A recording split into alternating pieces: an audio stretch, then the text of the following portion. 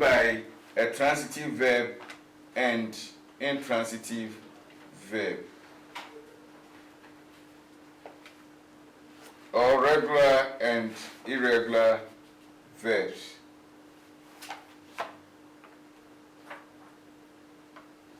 Now,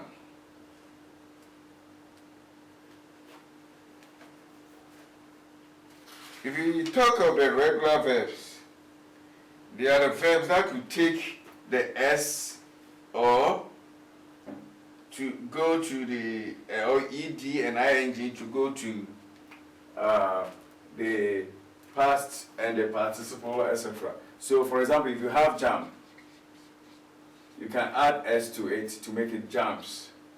Then you can go on to write jumped in the past by adding ed to it. Then jumped as a participle, and then jumping by adding ing to it. Once you see a verb picking this form, then we say it is a regular verb. It is a regular verb. And we can cite examples like cook, cooks, cooked, cooked, and then cooking. So when it picks, or dance,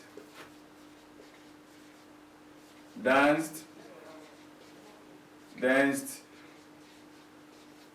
dancing. Then we are talking of a regular verb here. We are talking of a regular verb here. So that is how irregular verbs go.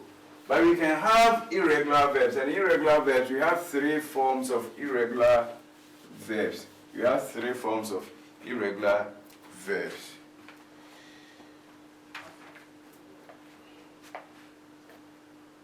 And under the irregular verbs, we can have base, then we can have simple past, and then we can have past participle. Past participle, and then simple past and the base. And what is the rule says that they have both simple past and the past participle same. So type A, irregular type A, you see the base as best, best, best. Right? It means that they are always what? Same. And you get broadcasts, broadcasts, broadcasts.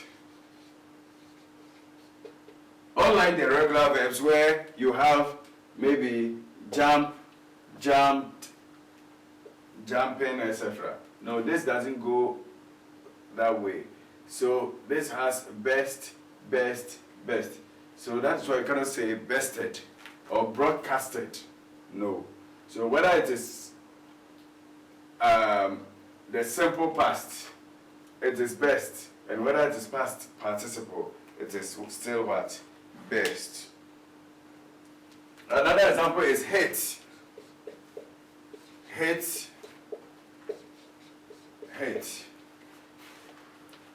So you realize that there's no change, whether it is the base or the simple past or the past participle. But if you move on to the type B,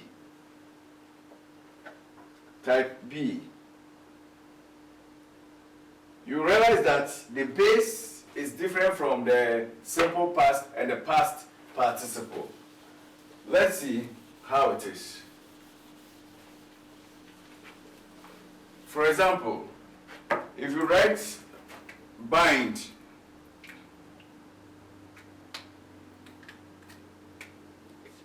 bind, when it comes to the simple past, it is bound. When it comes to the past participle, it is still what? Bound. So we can have bind, bound, bound.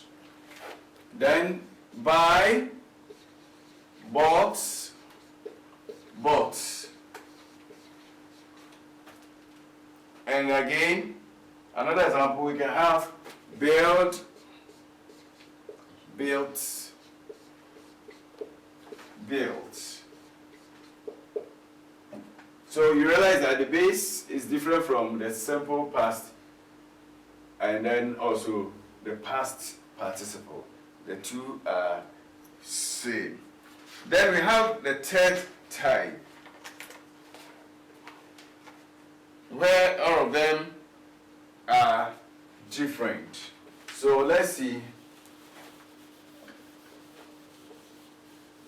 If you come to the base, you have arise. You have arise, arose, arisen.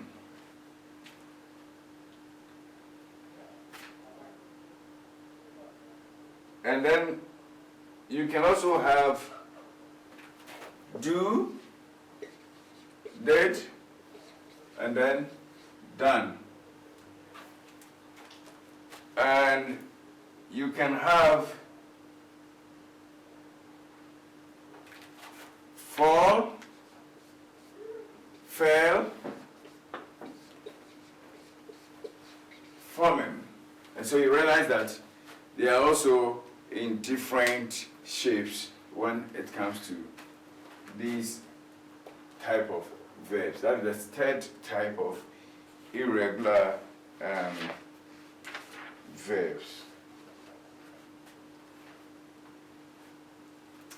Then we move on to look at what we mean by transitive and intransitive verbs. Transitive and intransitive verbs. When we talk of transitive verb, what do we mean? When we talk of intransitive verb, what do we mean?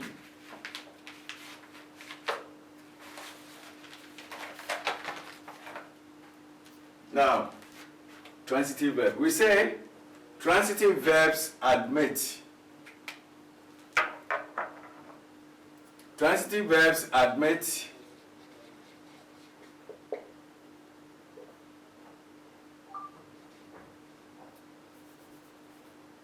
transitive verbs admit direct objects. They admit direct objects. They admit direct objects. Meaning, if you write Kwame hit the boy. Who carried out the action? Kwame. What did he do? He hit the boy. So hit here becomes our transitive verb because the boy here received the action of what? Hit. So this becomes our direct what? Our transitive verb. And so the boy here is our direct object. Our teacher killed a snake. Who did the killing here? Our teacher. What did he do? He killed what? A snake. So that snake here becomes the direct object, suffering the action of the verb what? Killed. So killed here is said to be what? It's said to be a transitive verb. Now, one thing that we need to look at is that since Kwame begins the sentence or our teacher begins the sentence, it is said to be grammatical. Subject. Once it performs the action of the verb, it is said to be logical.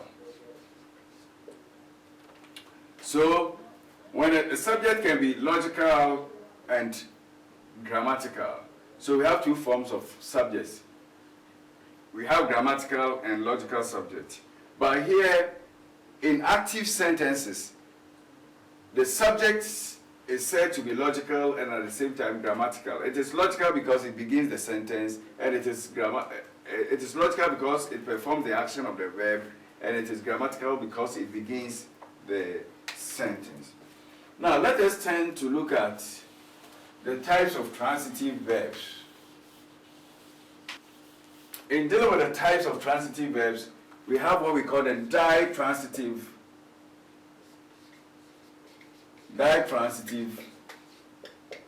and monotransitive.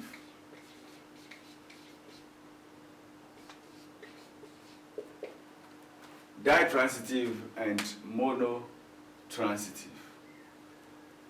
When do we say a verb is ditransitive or a verb is monotransitive? It is ditransitive when it admits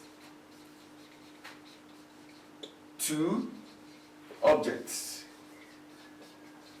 and it is monotransitive when it admits one object. Example: the man bought his wife a cloth. The man bought his wife a cloth or cloth. This is object and this is object, meaning we have two objects here. Object 1, object 2. What did the man buy? A cloth. For who? The wife. So we have two objects here.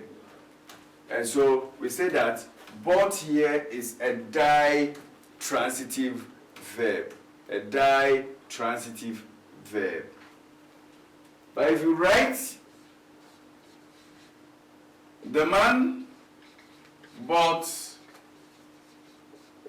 a cloth, the bought here is said to be monotransitive because it has only one object here. So these are the things that we have to be careful with. So it is ditransitive when it admits two objects, and it is monotransitive when it admits one object. Then when we say a verb is intransitive,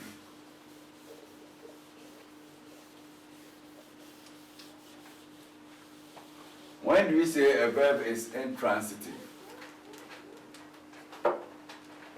We say a verb is intransitive when we have a passive construction or sentence. For example, a cloth was bought. A cloth was bought. Now, if you want to move further, we'll say by the man. And that is not what we are looking at. Since the cloth cannot buy itself, then was bought becomes intransitive verb. Was bought becomes intransitive verb. So that is what we must look at. So when we have a passive construction or a passive sentence, you realize that the verb in it becomes what? Intransitive, because it doesn't admit direct object, which is different from the man bought a cloth. The man bought a cloth. A cloth was bought. So if you look at it carefully, here the man here is object of the preposition by, but not object of the verb was bought. Unlike this place where a cloth is object of the verb what? Bought. So here this becomes direct object and it suffered the action of the verb bought. But here that is not the case. So we can decide that we will leave this, we will take this out, and it will become a gentleless passive, because we don't know the one who carried out the action. But if the one who carries out the action is shown, then it becomes a gentled passive. because the one who carried out the action is known. But when you come here, because the cloth could not buy itself, but was bought by somebody, and because it is starting or beginning the sentence, we say this is a grammatical subject. This is a grammatical what? Subject. So these are the things we need to understand about verbs. So we will leave it here and ask you to look for the linking verbs, where a verb links others types. We have the current linking verbs and various linking verbs, just as we did in the classroom. We are only reminding ourselves of some of the things we did. And then you look for the finite and the non-finite verbs as your homework. So at our next meeting, we will look at adverbs and prepositions. Thank you. Please, the next instruction is that let us meet on our various platforms created, especially the Telegram. We'll deal more on the Telegram. So whatever question that you have, please send it to the Telegram so that we discuss it over there. Because of the timing, we will not have time on our other platform, but then as for the Telegram and the WhatsApp, there 24/7, so we can answer all your questions or deal with all your questions at that point. Thank you, and meet you next week.